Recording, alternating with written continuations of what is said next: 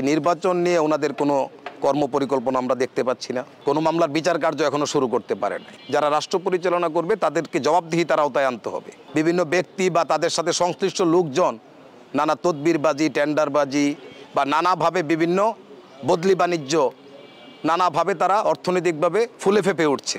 এখনো পর্যন্ত এই ৮-৯ মাস অতিক্রান্ত হয়েছে। এই সরকার ঠিক কবে নাগাদ যে গণতন্ত্র পথে যাত্রার যেই চূড়ান্ত ধাপ নির্বাচন, সেই নির্বাচন নিয়ে ওনাদের কোনো কর্মপরিকল্পনা আমরা দেখতে পাচ্ছি না। পাশাপাশি যে দুর্নীতি দুঃশাসনের বিরুদ্ধে মানুষের যে ঘৃণা ক্ষোভ, সেই অনুযায়ী আমরা কোনো বড় আকারের দুর্নীতিবাজ আমরা দেখেছি যে অধিকাংশ পালিয়ে গেছে। এই সরকার তাদেরকে গ্রেপ্তার করতে ব্যর্থ হয়েছে, বা অনেকে দেশের মধ্যে আত্মগোপনে আছে তাদেরকে গ্রেপ্তার করতে ব্যর্থ হয়েছে। পতিত ফেসিবাদের দোষর অবশ্যই, তারাও দোষর, কিন্তু তুলনামূলক বা অপেক্ষাকৃত যারা ব্যাপক দুর্নীতিবাজ বা যাদের ব্যাপক আকারে দুর্নীতির কাহিনী জনগণের কাছে ওপেন সিক্রেট, তাদের অনেককে এখনও গ্রেপ্তারও করা হচ্ছে না, বা বিচারিক প্রক্রিয়া এখনও খুব বিলম্বিত হচ্ছে। আমরা জানি যে এখনও পর্যন্ত কোনো, আজকে ৮-৯ মাস হয়ে গেছে, মামলা হয়েছে অনেকগুলি, কিন্তু কোনো মামলারই অভিযোগপত্র গঠন করা হয় নাই।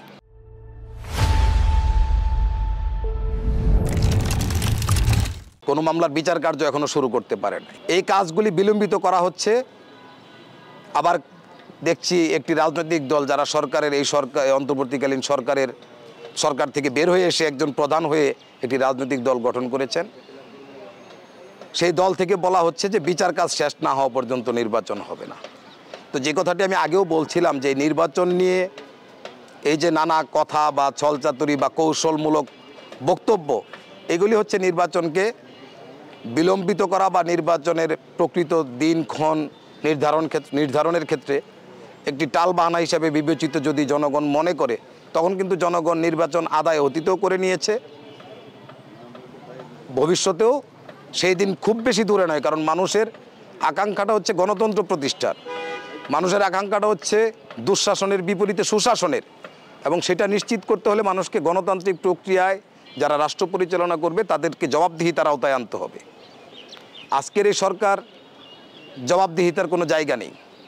আমরা আজকে নানাভাবে সামাজিক যোগাযোগ মাধ্যমের কল্যাণে জানতে পারছি, মিডিয়ার মাধ্যমেও আমরা জানতে পারছি, এই সরকারের বিভিন্ন ব্যক্তি বা তাদের সাথে সংশ্লিষ্ট লোকজন নানা তদবিরবাজি, টেন্ডারবাজি বা নানাভাবে বিভিন্ন বদলি বাণিজ্য, নানাভাবে তারা অর্থনৈতিকভাবে ফুলে ফেঁপে উঠছে। আমাদের ছাত্র শ্রমিক জনতা তাদের রক্ত দিয়ে, জীবন দিয়ে বাংলাদেশটাকে, কিছু লোকজন আবার ফুলে ফেঁপে উঠবে দুর্নীতির অর্থ দিয়ে, তার জন্য তারা জীবন দিয়ে যায় নাই। তারা ফেসিবাদের বিপরীতে গণতান্ত্রিক একটি বাংলাদেশ দেখতে চেয়েছে। বারবার অনির্বাচিত সরকার এসে কিছুদিন রাষ্ট্রকে লুটপাট করবে, এর মধ্য দিয়ে কিন্তু সুশাসন নিশ্চিত হওয়ার সুযোগ নেই। যে সরকার জনগণের কাছে জবাবদিহিতার মধ্যে থাকতে হবে, কিন্তু এই সরকারের কোনো জবাবদিহিতা নাই। তারা ভালো করুক মন্দ করুক, তাদের কোনো জবাবদিহিতা নাই। তো এই জন্য বলবো যে এরকমভাবে অনিশ্চিত গন্তব্যের দিকে দেশকে ঠেলে না দিয়ে এরকম নিয়মিত বিরতিতে জনগণের জবাবদিহিতা, যেটা গণতান্ত্রিক